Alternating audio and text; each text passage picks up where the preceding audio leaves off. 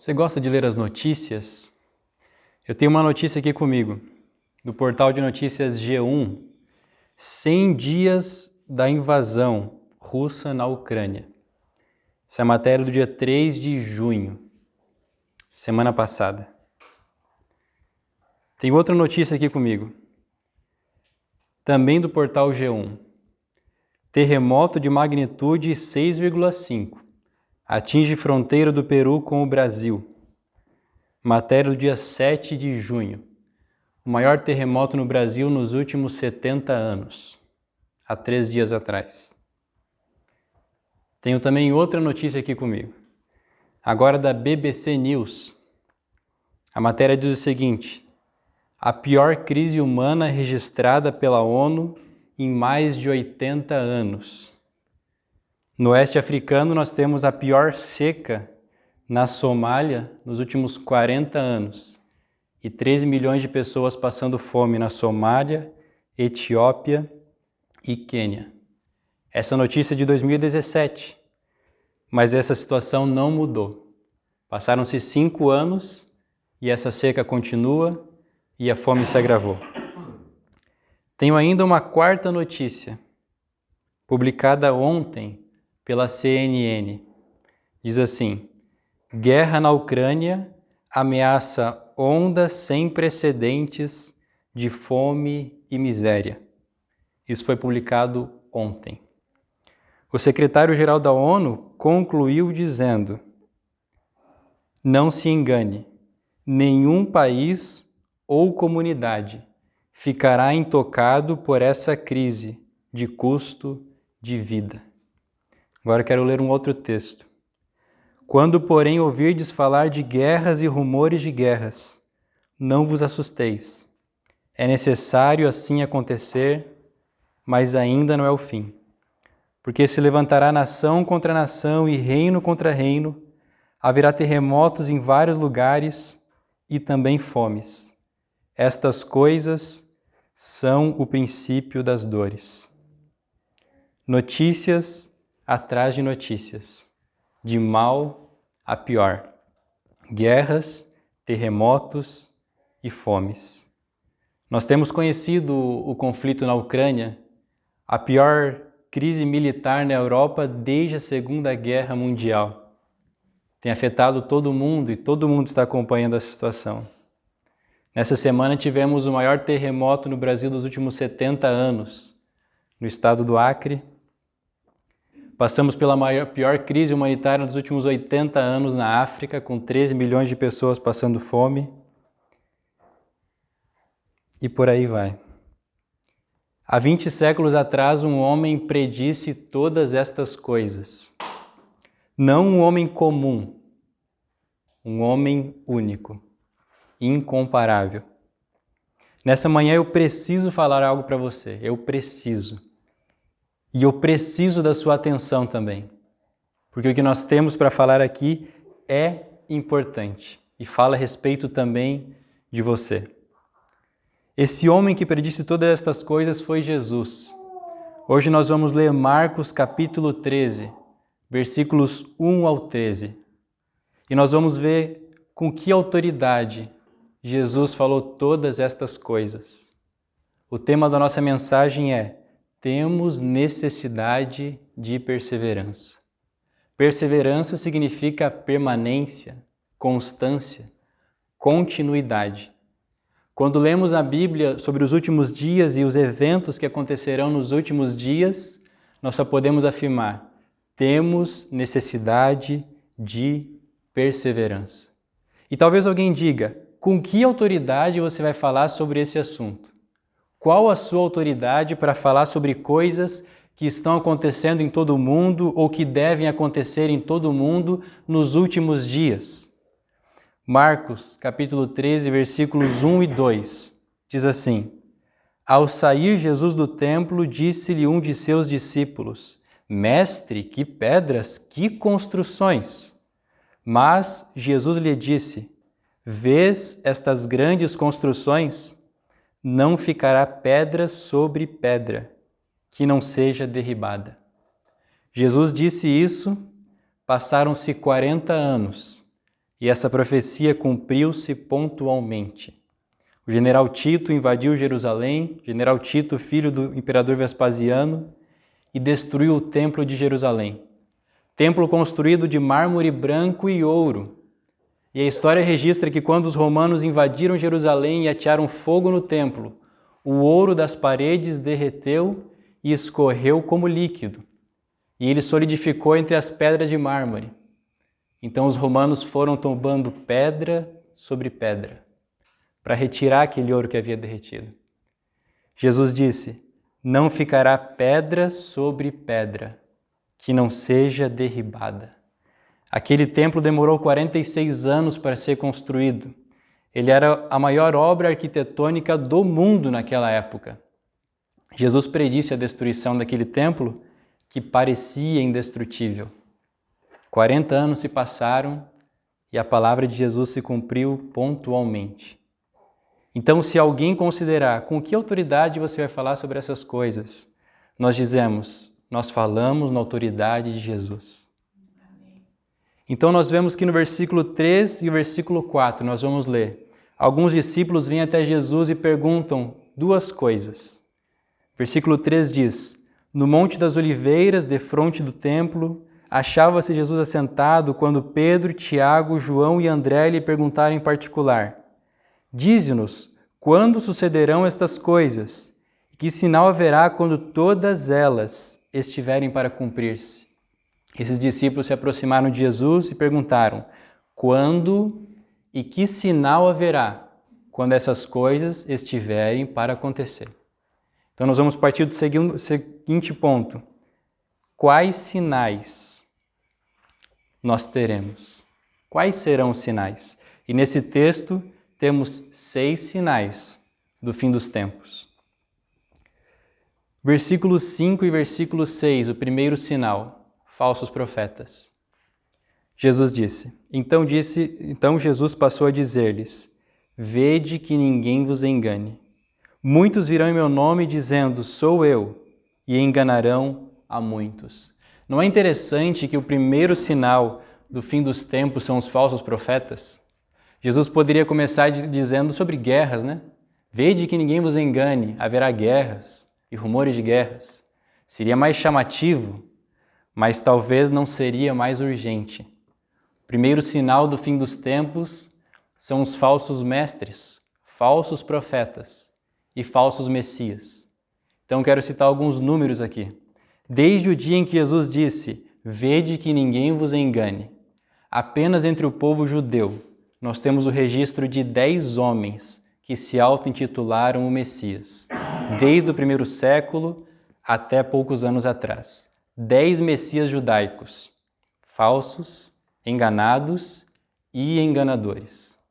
Fora do povo judeu, ao longo da história, tivemos 11 Messias que se auto-intitularam o Messias em 3 continentes, na Ásia, na Europa e nas Américas, desde o primeiro século até poucos anos atrás, inclusive 2 deles no Brasil, um deles era mulher. Além destes 11 ao longo da história, atualmente tivemos 6 homens em todo o mundo que se auto-intitularam o Messias. Um deles no Japão foi condenado à forca, outros 5 estão vivos. Um no Brasil, um nos Estados Unidos, um na Inglaterra, um na África do Sul e um na Rússia. 5 homens que se auto-intitulam o Messias. E o que nós poderíamos falar então sobre as falsas religiões? O islamismo tem mais de 1 bilhão de seguidores no mundo hoje. Catolicismo romano, outros 1 bilhão de pessoas. O espiritismo kardecista no Brasil, regiões afro-brasileiras, candomblé, umbanda, são milhões de pessoas. E essas religiões se proliferam pelo Brasil. E as religiões orientais que temos visto crescer no Brasil? Budismo, hinduísmo, shintoísmo, filosofias orientais. E se nós considerarmos então o misticismo que tem entrado em muitas igrejas, o liberalismo que nega o sobrenatural e os milagres de Jesus, e agora uma palavra bem conhecida no Brasil, sincretismo. Sincretismo religioso. No Brasil temos igrejas vendendo coisas como amuletos. mercadejando a palavra de Deus, o púlpito se tornou realmente um balcão. Primeiro sinal do fim dos tempos, Jesus disse: vede que ninguém vos engane. Muitos virão em meu nome dizendo: sou eu, e enganarão a muitos. Segundo sinal do fim dos tempos, versículo 7 e início do versículo 8. Diz assim: quando, porém, ouvirdes falar de guerras e rumores de guerras, não vos assusteis. É necessário assim acontecer, mas ainda não é o fim. Porque se levantará nação contra nação e reino contra reino. Nós sabemos que a Ucrânia e a Rússia estão em guerra há 107 dias. Eu me lembro do dia anterior à invasão da Ucrânia. Conversei com um amigo e nós dissemos: nossa, isso parece impossível. Parece um filme. Naquela madrugada aquilo aconteceu. Já faz 107 dias. Milhares de pessoas já morreram. O mundo está se movimentando nisso. Nós sabemos que a Ucrânia está em guerra. Além da Ucrânia, temos outros 17 países em guerra no mundo hoje. Não tem se falado, mas temos 17 países em guerra. São muitos números, mas eu quero citar para você. São eles: Turquia, Síria, Azerbaijão, Paquistão, Afeganistão, Índia, Mianmar, Iêmen, Líbia, Somália, Etiópia, Sudão do Sul, República Centro-Africana, República Democrática do Congo, Moçambique, Nigéria, Mali. 17 países em guerra. Além de conflitos étnicos na Europa e na Ásia. Além de outros conflitos que nós não temos notícia. 17 países em guerra. Ao longo da história, tivemos 13 anos de guerra para cada ano de paz. Desde que Jesus disse: haverá guerras e rumores de guerras. 13 anos de guerra para cada ano de paz. O século XX foi denominado o século da guerra. Foi o século na história onde mais se assinaram acordos de paz. Foi o século na história onde mais pessoas morreram em guerras. Apenas de registro temos 200 milhões de pessoas mortas nos últimos 100 anos. As nações no mundo hoje gastam 40% dos recursos com armas. E 50% de todos os cientistas no mundo estão trabalhando em pesquisas de armas de destruição. Jesus disse: quando, porém, ouvirdes falar de guerras e rumores de guerras, não vos assusteis. É necessário assim acontecer, mas ainda não é o fim. Porque se levantará nação contra nação e reino contra reino. Temos então o terceiro sinal do fim dos tempos: terremotos. Segunda parte do versículo 8 diz: haverá terremotos em vários lugares. Talvez alguém também diga: sempre houve terremotos. Sim, sempre houveram terremotos. Mas a Bíblia também nos mostra que alguns terremotos são sinal do juízo de Deus. E alguns deles são mais catastróficos. Então eu trouxe aqui uma pesquisa americana oficial, apenas de grandes terremotos registrados. Vou citar os números para você. De 1890 a 1930, temos um período de 40 anos em todo o mundo. Apenas 8 terremotos. 8 grandes terremotos no mundo. De 1930 a 1960, 30 anos de período. 18 terremotos. Então estamos chegando mais perto de nós. 1960 a 1979, 19 anos agora, o período ficou menor. 64 terremotos. 1980 a 1996, quase todos nessa sala aqui já haviam nascido. Período de 16 anos, 200 terremotos. 200 grandes terremotos no período de 16 anos. No último século tivemos mais terremotos do que todo o restante da história. Jesus disse: haverá terremotos em vários lugares. No início eu li uma notícia desta semana: o maior terremoto no Brasil nos últimos 70 anos foi registrado. Quarto sinal do fim dos tempos: fomes. A continuação do texto, no versículo 8, diz: e também fomes. Nós já falamos do oeste da África e dos 13 milhões de pessoas morrendo por causa da fome na Etiópia, Quênia e Somália. Além disso, 50% do mundo hoje sofre com a fome. Nós sabemos, em números oficiais, que a Igreja Católica Apostólica Romana tem a riqueza suficiente para suprir a fome no mundo 2 vezes. As nações no mundo hoje gastam mais de $1 trilhão por ano com armas para as guerras, dinheiro esse que também poderia sanar a fome do mundo todo. A fome é sim um resultado das guerras. Certo presidente americano chamado Eisenhower, certa vez disse que um único avião de guerra custa 500 mil sacos de trigo. Consegue imaginar? Compramos um avião de guerra para matar pessoas. Poderíamos comprar 500 mil sacos de trigo para alimentar as pessoas. Jesus disse, e também fomes. Eu li uma notícia aqui sobre a ONU, falando da pior crise humanitária dos últimos 80 anos. Também nessa entrevista desta semana, o secretário-geral da ONU disse que a crise de fome deste ano será por causa da falta de acesso à comida. E a crise de fome do próximo ano, 2023, será por causa da falta de comida. Reflexo do conflito na Ucrânia. Jesus disse, e também fome. Quinto sinal. É uma mensagem pesada, mas é isso que está acontecendo. Quinto sinal, perseguição. Versículo 9. Estai vós de sobreaviso, porque vos entregarão aos tribunais e às sinagogas. Sereis açoitados e vos farão comparecer à presença de governadores e reis por minha causa, para lhes servir de testemunho. Versículo 11 também. Quando, pois, vos levarem e vos entregarem, não vos preocupeis com o que haveis de dizer, mas o que vos for concedido naquela hora, isso falai. Porque não sois vós os que falais, mas o Espírito Santo. Um irmão entregará à morte outro irmão, e o pai ao filho. Filhos haverá que se levantarão contra os progenitores e os matarão. Sereis odiados de todos por causa do meu nome. A razão da perseguição, Jesus disse, sereis odiados de todos por causa do meu nome. Por causa do nome de Jesus é que haverá esta perseguição. Desde que Jesus disse isso, tem havido perseguição. Os judaizantes perseguiram a igreja. O Império Romano perseguiu a igreja. Todos os governos totalitários na história perseguiram a igreja. O islamismo persegue a igreja. O comunismo perseguiu a igreja. O nazismo perseguiu a igreja e todas as religiões extremistas perseguem a igreja.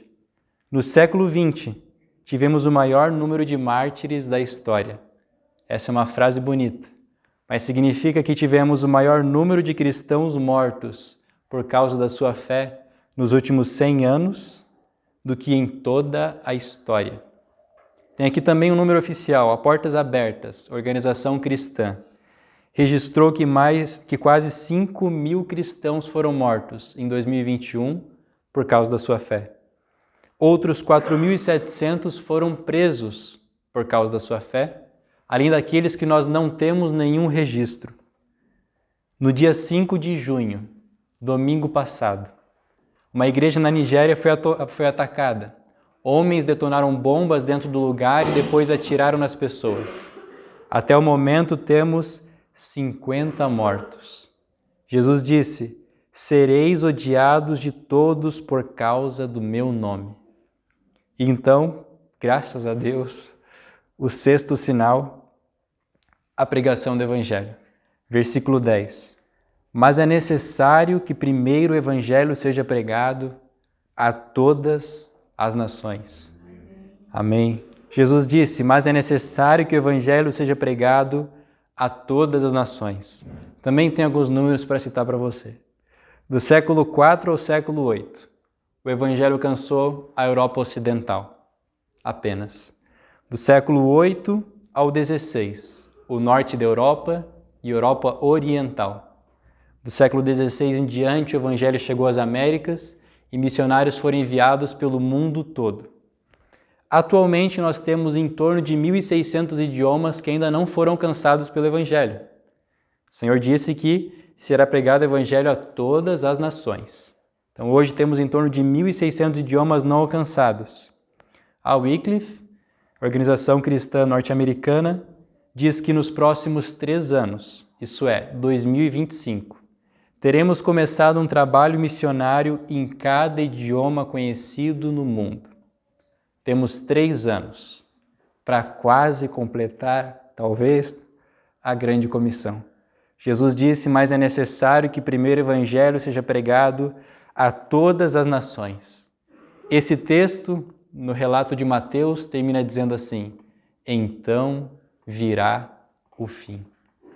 Temos aí então os 6 sinais do fim dos tempos, sob a autoridade de Jesus. Ele predisse a destruição de Jerusalém e daquele templo que parecia indestrutível.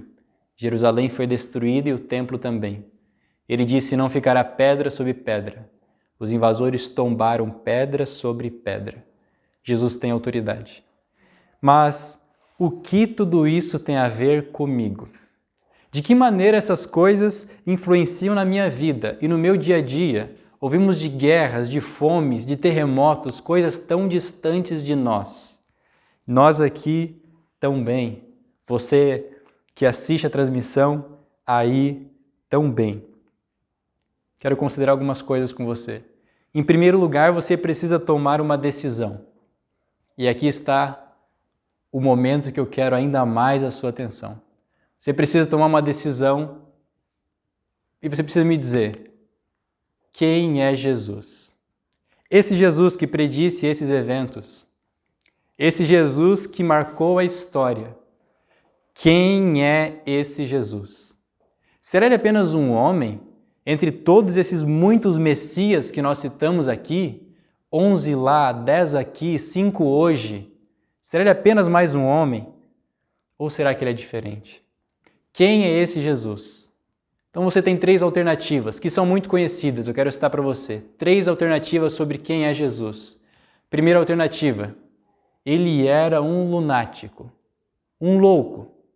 Porque somente um louco poderia dizer que é Deus, sabendo que não é.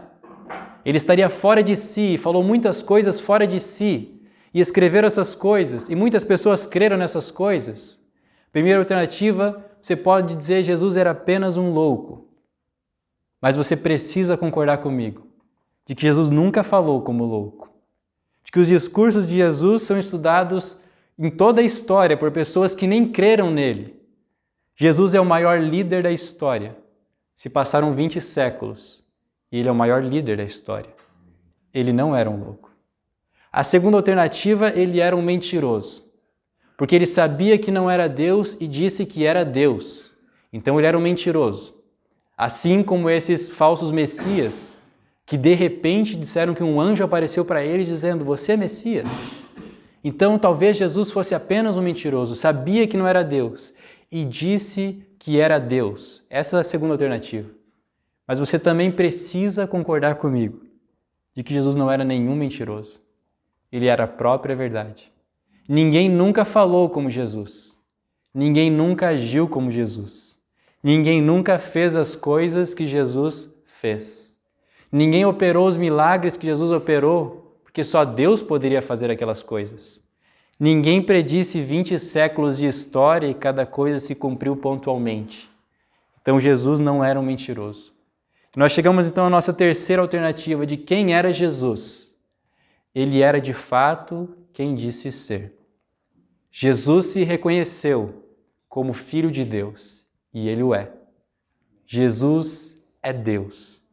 Ele predisse a história, e a sua profecia se cumpriu e tem se cumprido pontualmente. Então você precisa se decidir quem é Jesus. Por que você precisa se decidir por isto?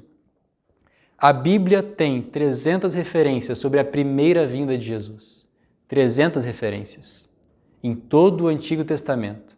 Profecias sobre a primeira vinda de Jesus. Ele disse que viria a primeira vez. E ele veio. 300 referências. Ele veio, é um fato histórico. Se você ainda duvida, estude a história. Deus entrou na história. Sobre a segunda vinda de Jesus, temos 8 vezes mais referências em toda a Bíblia. Em torno de 2.400 referências sobre a segunda vinda de Jesus. O que nós podemos concluir? A Bíblia disse 300 vezes que Jesus viria a primeira vez e ele veio.